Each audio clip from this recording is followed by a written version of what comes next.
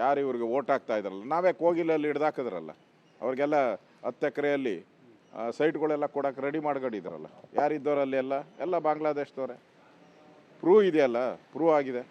ಆಮೇಲೆ ಸಮೀಕ್ಷೆ ಮಾಡಿದಾಗ 4 ಜನ ಮಾತ್ರ ಅದರಲ್ಲಿ ಇರೋರು, ಉಳಿದವರೆಲ್ಲ 600-700 ಜನ ಬಾಂಗ್ಲಾದೇಶದವರು ಅಂತ ಪ್ರೂವ್ ಆಗಿದೆ. ಅವ್ರನ್ನೆಲ್ಲ ಈಗಾಗಲೇ ಫ್ಲೈಟಲ್ಲಿ 65 ಲಕ್ಷ ರೂಪಾಯಿ ಖರ್ಚು ಮಾಡಿ ಪೊಲೀಸ್ ಕಮಿಷನರ್ ಅವರು, ಬೆಂಗಳೂರು ಪೊಲೀಸ್ ಅವ್ರನ್ನೆಲ್ಲರನ್ನೂ ಕೂಡ ಈಗ ವೆಸ್ಟ್ ಬೆಂಗಾಲ್ಗೆ ಕಳಿಸಿದ್ದಾರೆ. ಅಲ್ಲಿ ಗಡಿ ಭದ್ರತಾ ಪಡೆಗೆ ಅವ್ರನ್ನ ಹ್ಯಾಂಡ್ ಓವರ್ ಆಗಿದೆ. ಇದು ದಾಖಲೆ. ಇದು ಈ ಕಾಂಗ್ರೆಸ್ ಅವರು ಒಬ್ಬರು ಇಲ್ಲ ಅಂತಾರೆ. ಹಂಗಾರೆ ಪೊಲೀಸ್ ಕಮಿಷನರ್ ಯಾಕೆ ಒಬ್ಬರು ಇಲ್ಲ ಅಂದರೆ ಪೊಲೀಸ್ ಕಮಿಷನರು 65 ಲಕ್ಷ ಖರ್ಚು ಮಾಡಿ ಯಾಕೆ ಕಳಿಸ್ಕೊಟ್ರು ಅವ್ರನ್ನ ವೆಸ್ಟ್ ಬೆಂಗಾಲ್ಗೆ? ಅಂದರೆ ಈ ಕಾಂಗ್ರೆಸ್ ಅವರು ಈ ಮತದಾರರ ಪಟ್ಟಿಯನ್ನು ಹಾಳು ಮಾಡಬೇಕು, ಅವ್ರಿಗೆಲ್ಲ ಸಿಟಿಸನ್ಶಿಪ್ ಕೊಟ್ಟು ಓಟ್ಗೋಸ್ಕರ ದೇಶನೇ ಅಪಾಯಕ್ಕೆ ಸಿಲಿಸುವಂಥ ಈ ಡಿ.ಕೆ. ಶಿವಕುಮಾರ್ ನೇತೃತ್ವದ ಸರ್ಕಾರ ಮಾಡ್ತಾ ಇದೆ. ಅದಕ್ಕೋಸ್ಕರ ನಮ್ಮ ವಿರೋಧ.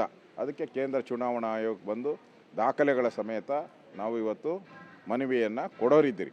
ಕೂಡಲೇ ಕೇಂದ್ರ ಚುನಾವಣಾ ಆಯೋಗ ಇಮಿಡಿಯೇಟಾಗಿ ಇದ್ರ ಬೆಲೆಗೆ ಕ್ರಮ ತೆಗೆದುಕೊಳ್ಬೇಕು.